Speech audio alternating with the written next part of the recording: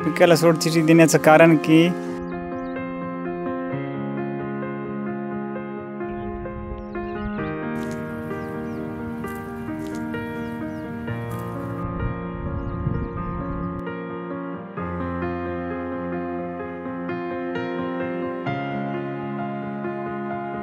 मागील 10 वर्षापूर्वी सोयाबीनचे जे दर होते सरासरी 4,500 ते 5,000च्या दरम्यान होते।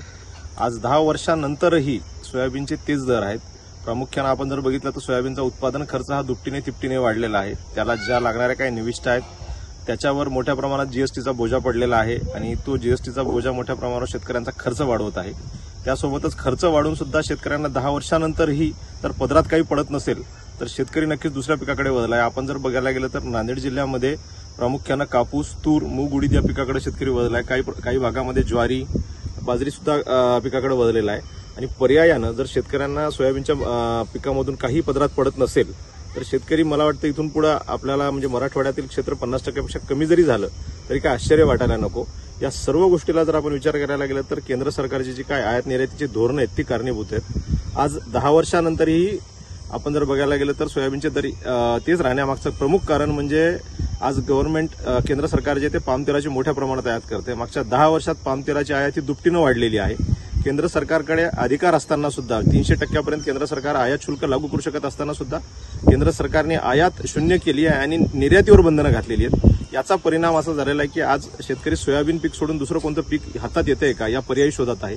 आज महत्वाचं म्हणजे छोटा शेतकरी जो आहे तो सोयाबीन पिकावर अवलंबून असतो, पण सोयाबीन या पिकाच्या माध्यमातून शेतकऱ्याची आर्थिक लोबाडणूक होत आहे आणि त्याला आर्थिक उन्नतीचं सोडा पण त्याला अगदी भिकेला लागायची वेळ आलेली आहे। त्यामुळे केंद्र सरकारने कुठेतरी हे जर धोरण नाही बदललं वेळेत तर मला वाटतं सोयाबीन पीक मराठवाड्यातून नामशेष व्हायला जास्त वेळ लागणार नाही।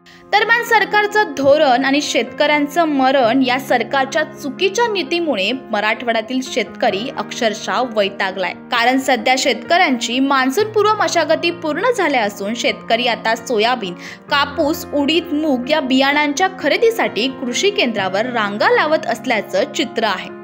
पण सध्या बाजारात शेतकऱ्यांच्या सोयाबीनला 4,200 ते 300 असा दर आहे, तर व्यापाऱ्यांचे सीलबंद 30 किलो बियाणे तब्बल 3,500 रुपयांना आहे।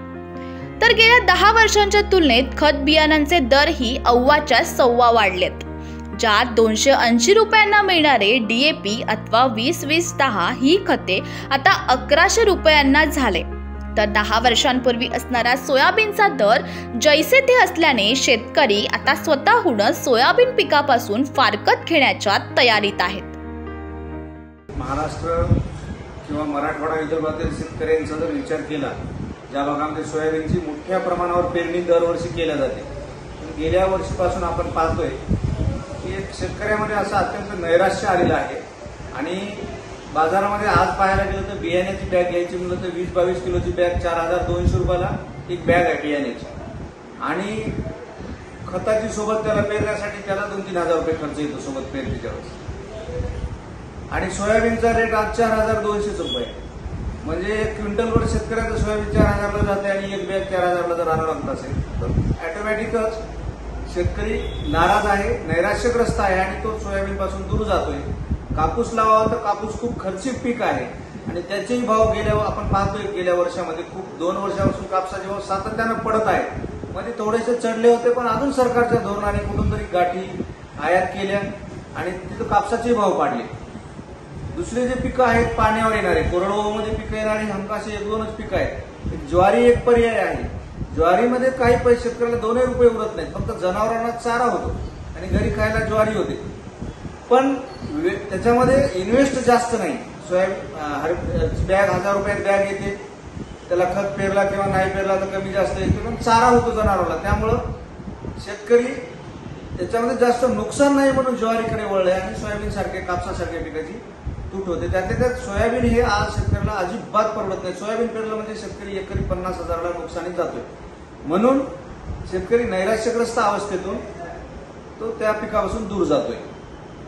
ते लागवड क्षेत्र कमी झालं काय? नक्कीच लागवड क्षेत्र कमी आहे। मी माझं स्वतःच सांगतोय, परिसरातील शेतकऱ्यांचं पाहतोय सोयाबीन पिकापासून शेतकरी दूर जात आहे। त्याचं कारण हेच आहे, त्याला वेगळे कारण नाही, ती परवडत नाही शेतकऱ्याला, त्यातून पैसे उरत नाही, उलट नुकसान होत आहे, म्हणून त्याचं लागवड क्षेत्र मोठ्या प्रमाणावर सोयाबीनचं कमी होत आहे। कालच्या तारखेत मान्सून हा कोकणात दाखल झालाय, पण मराठवाड्यातील जनता व शेतकरी मात्र पाण्याच्या एका थेंबासाठी आणि आपलं पीक वाचवण्यासाठी आकाशाकडे डोळे लावून बसल्याचं चित्र आहे. दुष्काळ आणि अवकाळी पावसाने शेतकऱ्यांच्या पिकांचं आणि फळबागेचं काही क्षणात होत्याचं नव्हतं झालं. हातातोंडाशी आलेला घास निसर्गाने हिरावून घेतलाय, तर खरीपाच्या तोंडावर शेतकरी सोयाबीनचे बियाणे खते खरेदी करण्यासाठी धावपळ करतोय. पण खरेदी करण्यासाठी शेतकऱ्यांच्या खिशात कवडी देखील शिल्लक राहिलेली नाहीये. सरकार सोयाबीनला हमीभाव देत नाहीये, त्यामुळे गेल्या 4 वर्षात मराठवाड्यात सोयाबीनचा पेरा घटल्याचं चित्र आहे. परवडणं झाले भावामुळं, त्याच्यामुळं सोयाबीनचं काय मनस्थिती राहिली नाही का. तर सरकारमुळं भाव काय हमी भाव राहिला नाही, मन भाव झाला आहे. समजा घेण्याचा व्यापारायचा 4,000 घ्या आणि हे, त्याच्यामुळे शेतकऱ्याला ते परवडण्याने झाले. कापूस हळदच हे पिकत समजा घेण्याच्या मनस्थितीमध्ये शेतकरी आहेत. दरम्यान बाजारात सोयाबीनची सीलबंद 30 किलोची बॅग विकत घेण्यासाठी शेतकऱ्याला तब्बल प्रति क्विंटल 12,000 रुपये मोजावे लागत आहेत.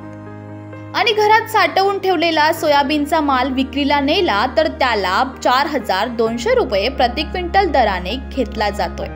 तर रासायनिक खतांचे भाव गगनाला भिडलेत, त्यामुळे लागवडीचा खर्च वगळता नफा मात्र शून्य येत असल्याने शेतकऱ्यांचं आर्थिक गणित मात्र पूर्ण बिघडलंय.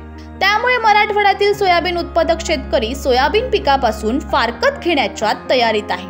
अशा या परिस्थितीमुळे शेतकरी आम्ही इतर कोणतेही पीक घेऊ, कापूस हळद पिकाची लागवड करू, पण सोयाबीन नको रे बाबा, अशा प्रतिक्रिया शेतकरी वर्गातून येताना पाहायला मिळतात.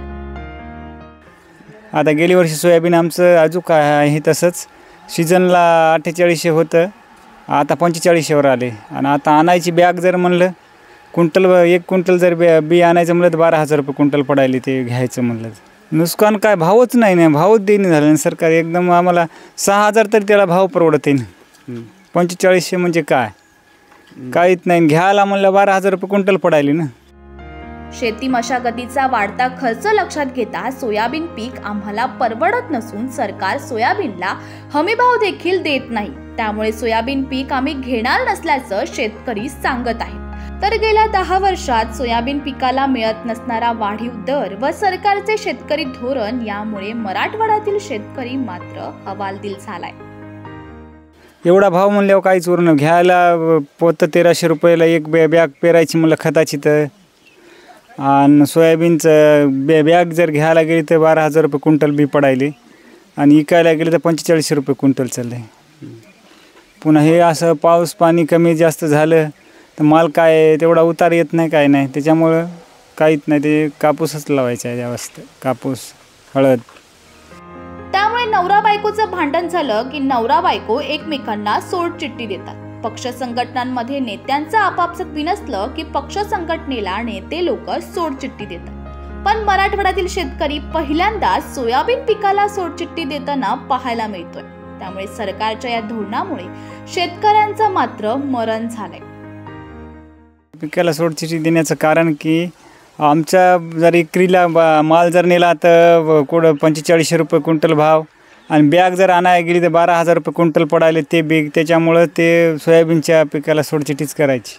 मराठवाड्यात गेल्या 2 वर्षातील सोयाबीन लागवडीचा आकडा 2022 मध्ये 23,98,967 हेक्टर क्षेत्रावर सोयाबीन लागवड, 2023 मध्ये 19,50,692 हेक्टर लागवड. म्हणजेच गेल्या 2 वर्षात जवळपास 3,50,000 सोयाबीन लागवड क्षेत्र कमी झाले आहे.